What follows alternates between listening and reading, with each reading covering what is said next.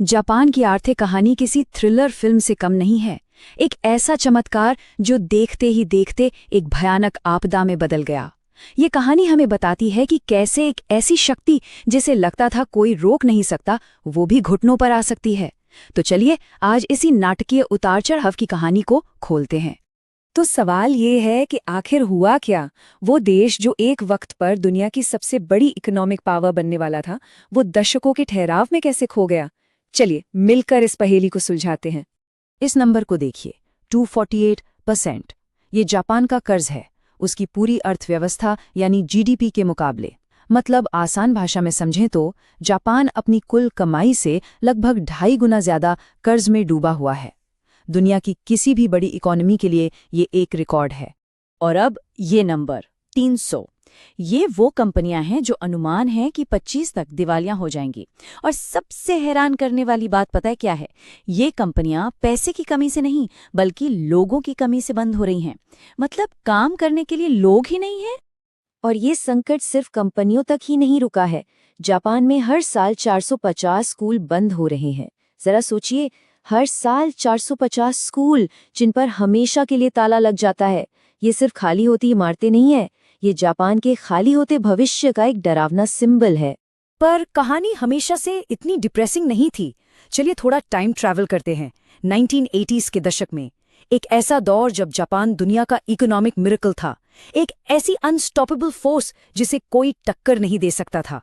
सुनने में यकीन नहीं होता है ना, लेकिन 80 के दशक में ये सच था। जापान की जमीन की कुल कीमत, जो कि साइज में अमेरिका से 26 गुना छोटा है, पूरे अमेरिका की जमीन से 4 गुना ज्यादा थी। इससे अंदाजा लगाया जा सकता है कि जापान की इकोनॉमिक पावर उस वक्त कितनी कितनी बड़ी थी। जापान की इकोनॉमी एक रॉकेट की तरह ऊपर जा रही थी। उसने जर्मनी, ब्रिटेन और फ्रांस जैसी बड़ी शक्तियों को बहुत पीछे छोड़ दिया था। $5.5 ट्रिलियन की इकोनॉमी के साथ वो अमेरिका को टक्कर देने के लिए लगभग तैयार था। तो सवाल ये है कि ये मिरेकल हुआ कैसे? और हैरानी की बात तो ये है कि इसकी जड़ें जापान के सबसे बड़े दुश्मन और फिर सबसे बड़े दोस्त अमेरिका में थीं। देखिए, वर्ल्ड वॉर 2 के बाद अमेरिका को डर था कि एक टूटा फूटा जापान कहीं कम्युनिज्म का शिकार न हो जाए। तो अमेरिका ने एक प्लान बनाया, जापान को एक कैपिटलिस्ट मिरेकल में बदलना। उन्होंने फैक्ट्रीज में पैसा झोंका, टेक्नोलॉजी दी और सबसे जरूरी, अपने इतने बड़े मार्केट के दरवाजे जापान के लिए पूरी तरह से खोल दिए। लेकिन अमेरिका ने जिस इकोनॉमिक जायंट को खड़ा किया था, वही अब उसे खाने लगा था।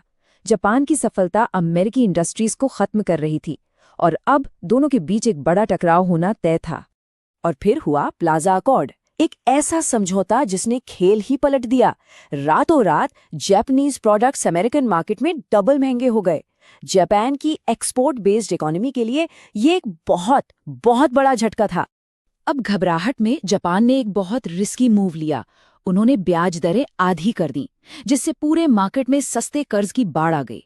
सोच ये थी कि कंपनियां इस सस्ते पैसे से नई टेक्नोलॉजी में इन्वेस्ट करेंगी, पर हुआ इसका ठीक उल्टा। और यहीं से आपदा का असली बीज बोया गया। ये सस्ता पैसा फैक्ट्रीज में गया ही नहीं, ये सीधा गया स्टॉक मार्केट और रियल एस्टेट में। और इसने जन्म दिया इतिहास के सबसे बड़े इकोनॉमिक बबल को। लोगों ने, कंपनियों ने, सबने आंखें बंद करके कर्ज लिया और मार्केट में सट्टा लगाना शुरू कर दिया। ये उस पागलपन का सबूत है। सिर्फ कुछ ही सालों में स्टॉक मार्केट 6 गुना से भी ज्यादा उछल गया। हर कोई रातों रात अमीर हो रहा था।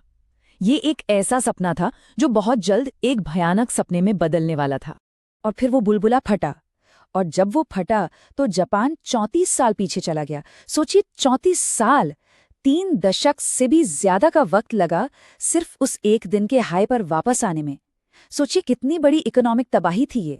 लेकिन क्रैश के बाद जापान ने एक और भी बड़ी, शायद सबसे बड़ी गलती की।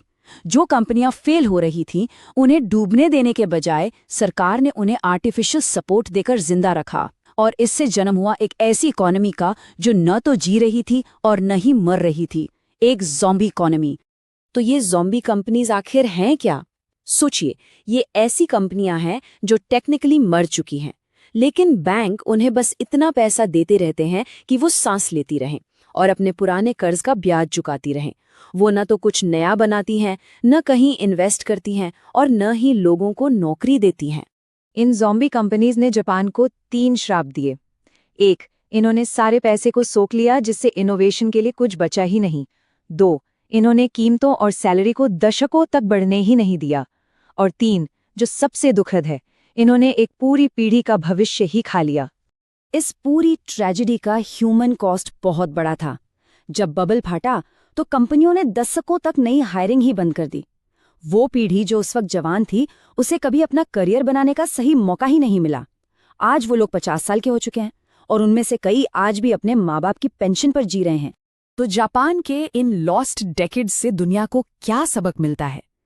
ये सिर्फ एक देश की कहानी नहीं है, ये हर मॉडर्न इकोनॉमी के लिए एक चेतावनी है, एक वार्निंग साइन है। पहला सबक, फेल हो रही कंपनियों को डूबने दो। सुनने में हार्श लगता है, पर नई और हेल्दी कंपनियों के लिए जगह बनाना जरूरी है।